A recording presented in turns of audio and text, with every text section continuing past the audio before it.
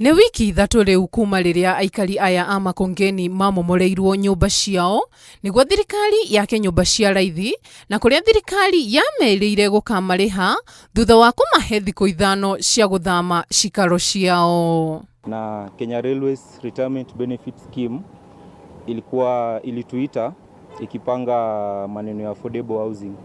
So wakati ambapo walituita na wakatupatia contract yenyewe ndio hii.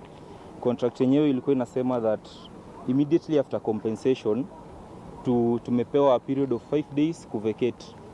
So wakati ambapo watu walikuwa na receive pesa ikukuja, mimi niliregister na jina yangu mwenyewe although nilikuwa na represent mom. So wakati pesa ikukuja tulikuja hapa kwa ofisi. Aikari aya riu maugite ngwataniro ya aruti wira areri ni oire ndumiriri ciao iria ciahuthikaga gukurana ene nyumba icio na oho kuhuthika hari kuriha ene nyumba ici. Naomba serikali, kama mimi nilikuwa mkaaji wa Makongeni, najua nyumba yangu, nilikuwa tenant, mimi si subtenant, sikupata haki ya kadi, sikupata haki ya pesa. Tulikuwa tumeambiwa tutalipwa 150. Tulianza kulipa nyumba ikiwa 2500.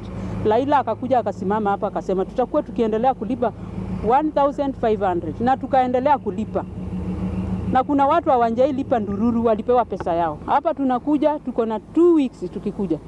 Riu aikari aya ni marahoya uteithio kuma kuri thirikari kuona riu mbeca ici itire irakinyira amwe a aikari aya kuona riu amwe ao meritwo mashini ciao ironania mbeca ciao ni ciamukiritwo ni mundu ungi undu uria wena kiriga.